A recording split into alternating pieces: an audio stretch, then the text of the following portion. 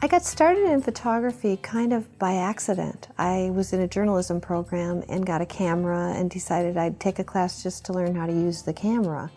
And 2 weeks later I changed my major. My whole life I thought I'd be a writer. And there was something about being in that class, going into a dark room, watching, being in that kind of dark, wonderful place, watching images come up, that touched me, and I realized that's what I wanted to do.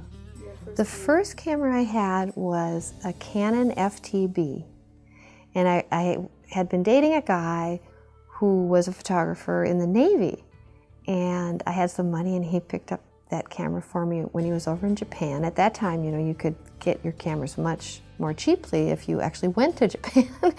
So he brought it back and I took a class to learn how to use it, and voila.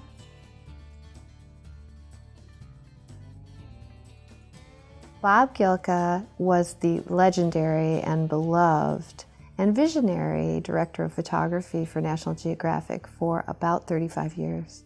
I was in the darkroom of this little paper in southern Minnesota, and Mr. Gilka knew that it was a great paper. And in those days, he was very hands-on. He knew what his editors were looking for, and they were looking for a really strong hail picture. So when he read that there'd been a devastating hailstorm in that area, he just picked up the phone, called the paper. I was in the darkroom. I answered the call and said, "Yes, sir, I can go get a picture of that for you." And that was the first picture I ever had published in National Geographic. And it's so funny because I had not seen that picture in over 30 years until last week. And they found it in the archive and sent it to me. And it wasn't too bad. It was a pretty good picture. In my career, I've been fortunate enough to work for many different publications and different kinds of projects and assignments, but the constant thread through my life has been National Geographic. It's been my home for 30 years now, and I feel lucky that in addition to just taking pictures, I've been able to do projects with the Geographic and exhibits, books, articles, just so many different things, work with the kids magazine and the outreach programs. It's just been fantastic.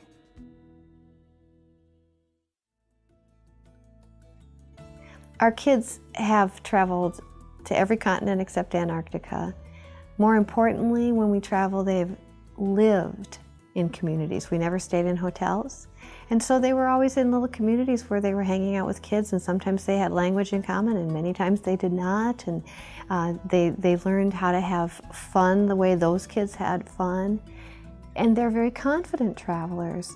Our daughter, she's 18 now and she has no problem hopping on a plane and going overseas, and it is not a stressful thing for her. She really is excited about it and remembers all of our trips with, enthusiasm and memory, great memories. So, and I think they also, I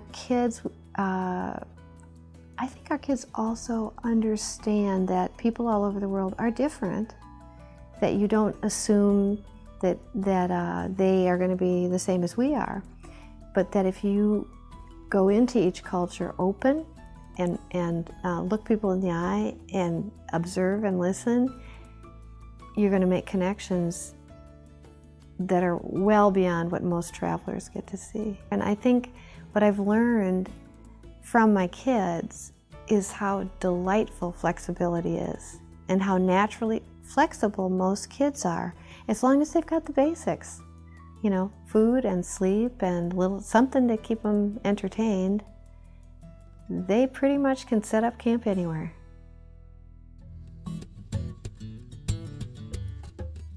Almost everything's been photographed.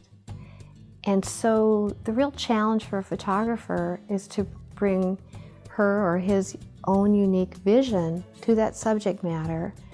And in the case of the work that I do on assignment, it's primarily telling a story that is compelling enough, where the photograph is compelling enough to get people interested in reading the captions or what's going on. And hopefully that will lead them into a more in-depth written piece. It's a it's a wonderful, terrible job because you get this opportunity to go out and do it, but then you're supposed to do it better than it's ever been done before. And that's the only way I've worked. I mean, I've worked that way for so many years that I don't even think about it anymore, except that I definitely get panicked at the beginning of every project because I figure this is the one where I'm going to bomb. This is the one where I'm going to fall on my face. And I think that's out of respect for my colleagues. It's out of a deep knowledge of how talented my colleagues are and how hard they work. So it turns you into your own worst boss. You end up pushing yourself harder than any boss you have ever had because you want to bring back exactly what you've been sent for.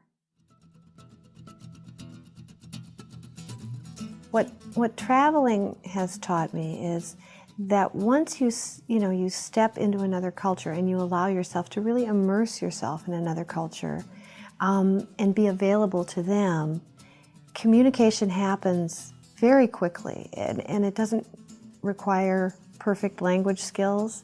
It doesn't require introductions. It's really something that happens when you are your honest self, when you recognize that you're a guest in another culture, and that you really need to listen to people on a different level and abide by their way of doing things. That's the best part of travel for me. In fact, it's kind of spoiled regular travel for me because the camera has always given me an opportunity to walk up to people and spend time with them and even go home with them. I think one of the most inspirational parts about photography is that you're never done. You're always growing, and when you travel, you're always learning. So to have a career where I get to be creative, I'm immersed in really interesting situations, and I continue to grow artistically. What's better than that?